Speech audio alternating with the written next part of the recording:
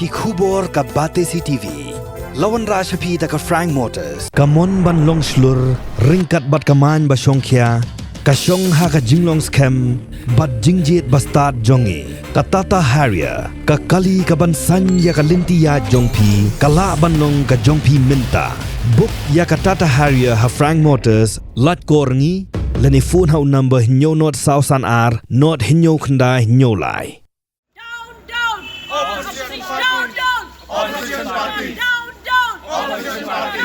Down! Opposition party! Insult to Vice President! Insult! Insult to Vice President! Ngipin Ramjur!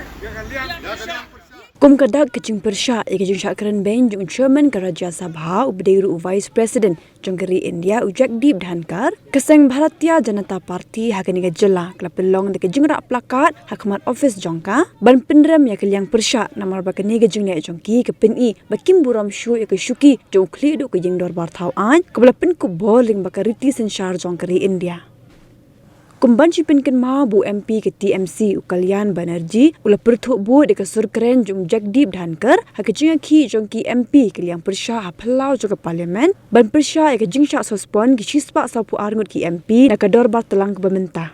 We strongly oppose the way that the opposition parties have demeaned a constitutional chair, which is the Vice President of India.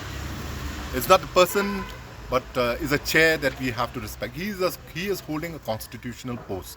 Now, how can you make a mockery and an insult to the Vice President is an insult to the constitution of our country that we abide by.